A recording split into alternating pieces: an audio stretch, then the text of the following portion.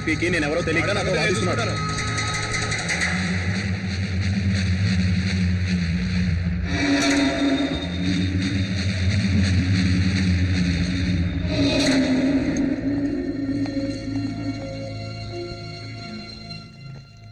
ఏమైంది? సాక్ష్యం చెప్పడానికి మున్నా భార్య రాలేదు, తప్పుకుంది. కేసు నిలబడదు. కొండారెడ్డి ఎలాగైనా బయటకు వస్తారు.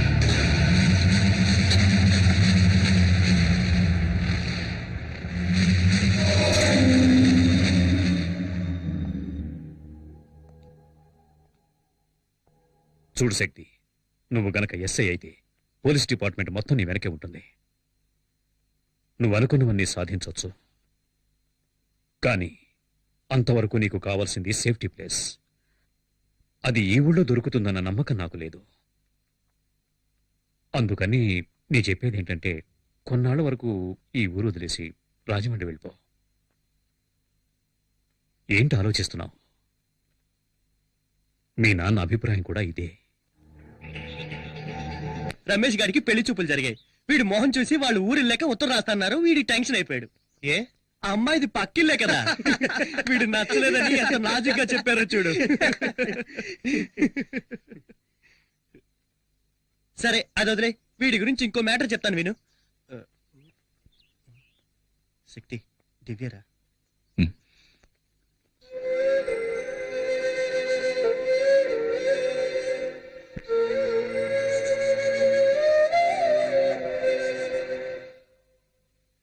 దివ్య, నువ్వేం చెప్పొద్దు, నేను తట్టుకోలేను. నీ నిర్ణయం తెలుసుకోవడానికో నిన్ను ప్రశ్నించడానికో నేను రాలేదు. నువ్వెక్కడికి వచ్చావని తెలిసింది, చూడాలనిపించింది.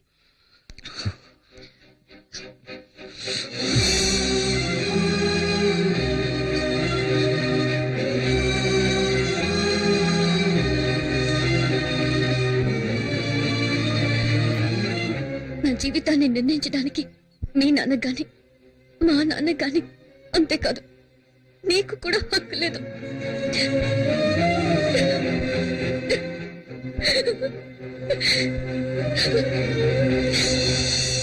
దివ్య, దివ్య ఏడుస్తూ వెళ్తుంది. దివ్య ఏడుస్తూ వెళ్తుందిరా, పిలవరా. వద్దురా, వెళ్ళనివ్వు. ఇప్పుడు తనని నేను ఓదార్చానంటే ఆ తర్వాత జీవితాంతం తను ఏడవడానికి నేనే కారణం అవుతాను. నా జీవితం అంతా నన్ను కాదని జరుగుతుంది. ఇది కూడా అంతే. నేను తన మంచికి ఆలోచించానని ఏదో ఒకరోజు అర్థం చేసుకుంటుంది. ఆ రోజు నన్ను క్షమిస్తుంది.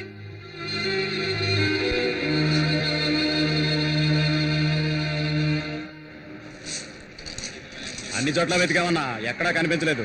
వాడు మనకు భయపడి పారిపోయి ఉంటాడు. ఇక మీద సచిన వాడు ఈ ఊళ్ళో అడుగు పెట్టలేడన్నా. ఆ పిరికి అది వదిలేద్దామన్నా. ఎవరిని వదలమంటున్నావురా? చావంటే ఏంటో తెలుసా నీకు? దాని దగ్గరికి వచ్చిన వాడినిరా నేను. అదే పూర్ణ మార్కెట్లో వాడిని నిలబెట్టి ఈ చేతులతో వాడిని ముక్కలు ముక్కలుగా నరికి వాడి రక్తాన్ని పొలిగా వెదజల్లుతాను. మార్కెట్లో కొండారెడ్డంటే వణుకు పుట్టాలి. నాకు కావాలి. ఆ రోజు వాడి బాబును కొట్టినందుకే వచ్చాడు. వాడి కుటుంబాన్ని నాశనం చేయండిరా. ఎక్కడున్నా వస్తాడు. ఏ విద్య, ఏం చేస్తున్నావు? వెలిగిస్తున్నానమ్మా. ఇంట్లో ప్రతి పని నేనే చేయాలి, ఎవ్వరూ లేనట్టు. ఏమైంది విద్య? ఏంటా శబ్దం? ఇది కూడా సమయానికి వెలగదు. ఒకే ఒక కొవ్వొత్తి వెలిగింది. విద్య, ఏంటిది? కప్పులన్నీ కింద పడిపోయినట్టున్నాయి. విద్య, ఏం చేస్తుంది ఇది?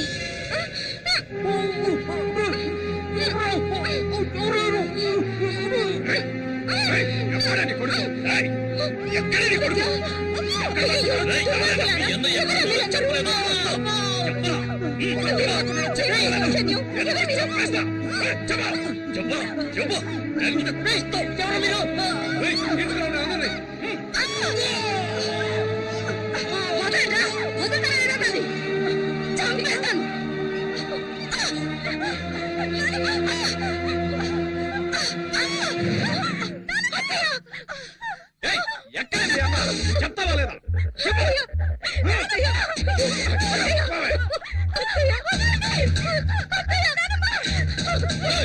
రేపట్లోగా మీ అన్న రాలేదో చెప్పు అయ్యయ్యో, ఎక్కడున్నాడో మాకు తెలియదురా. చెప్పు, వినిపించుకోరే. వదలండి.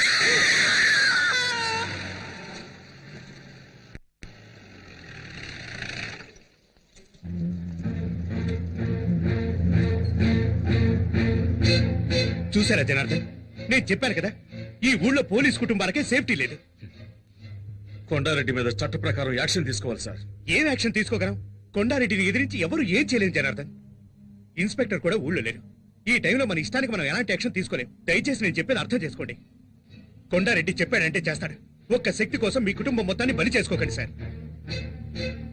శక్తి ఎక్కడున్నా ఫోన్ చేసి పిలిపించండి. కొండారెడ్డి కాళ్ళు చేతిలో పట్టుకుని క్షమాపణ అడిగితే సమస్యలన్నీ తీరిపోతాయి. జనార్దన్,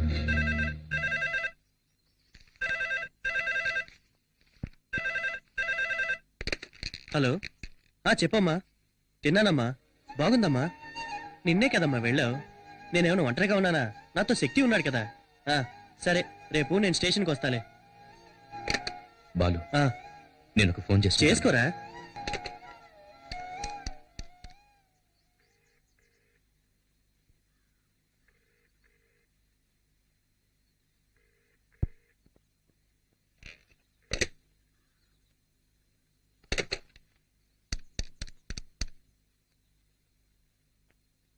హలో సార్, నేను జనార్దన్ గారి అబ్బాయి శక్తిని మాట్లాడుతున్నాను. నానున్నారా? శక్తి ఎక్కడున్నా?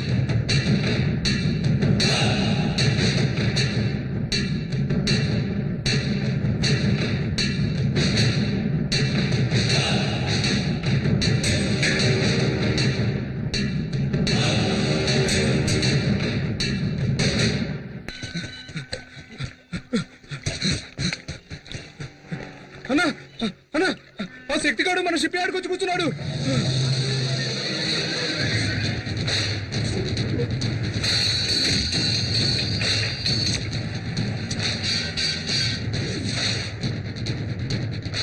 ఏంటమ్మా అనేది? నాన్న ఒకటి నడి రోడ్లు అన్యాయంగా కొడుతూ ఉంటే నన్ను చూస్తూ ఊరుకోమన్నారు.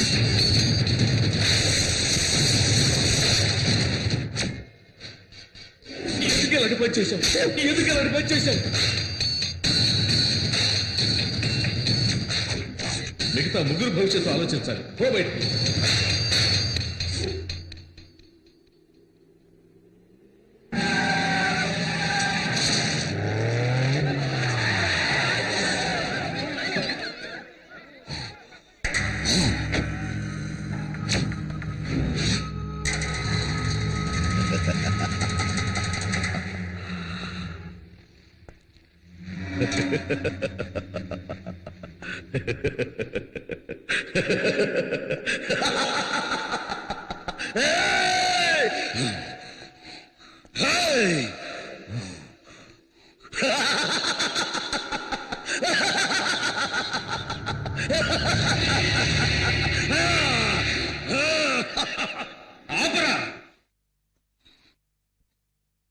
చావడానికి వచ్చాను. రా.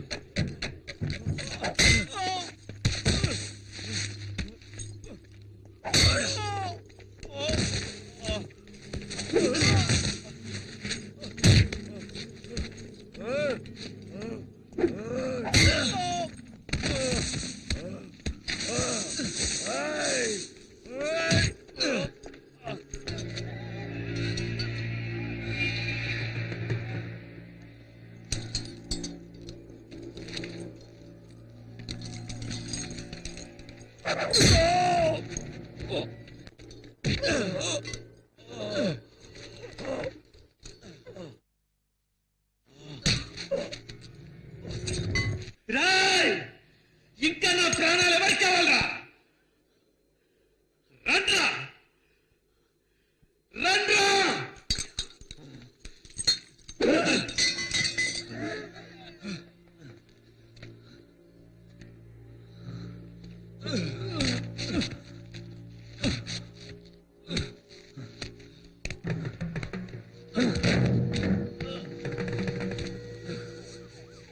ఇంకా ఎవరికి కావాలరా నా ప్రాణాలు? రండ్రా.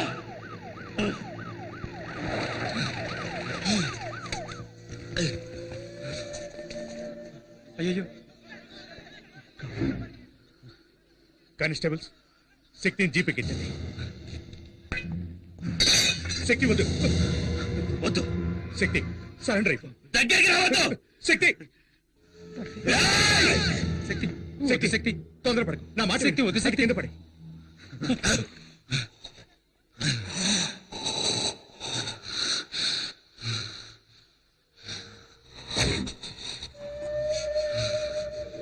వాడు బతికాడండి, మీ కుటుంబాన్ని లేపేస్తాడు.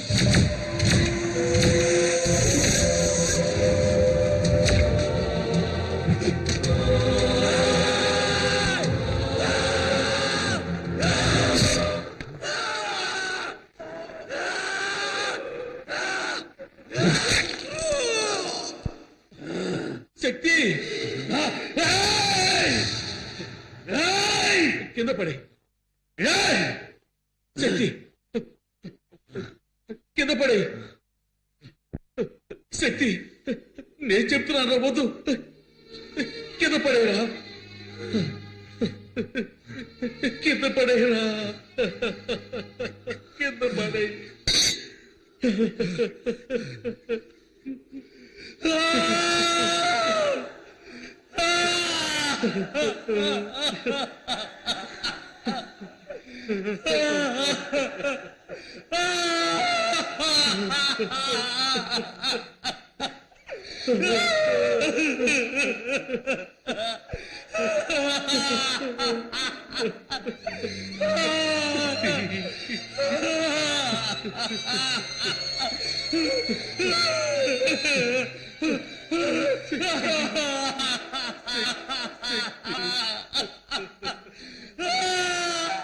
చట్ట ప్రకారం శక్తి నేరస్తుడే అయినా దుర్మార్గుడైన కొండారెడ్డిని ఎదిరించి పూర్ణ మార్కెట్ ప్రజలకు మేలు చేసినందువల్ల అతని సత్ప్రవర్తన భవిష్యత్తుని దృష్టిలో ఉంచుకుని ఐపీసీ సెక్షన్ 97(106) ప్రకారం రాష్ట్రపతి క్షమాభిక్ష కారణంగా శక్తిని ఈ న్యాయస్థానం విడుదల చేయడమైనది. ఫలించెలే దైవం కరుణించెలే, కలలన్నీ ఫలించెలే దైవం కరుణించెలే, బతుకుకు అర్థం తెలిసెనులే, బతుకే వరమై వెలిసెను.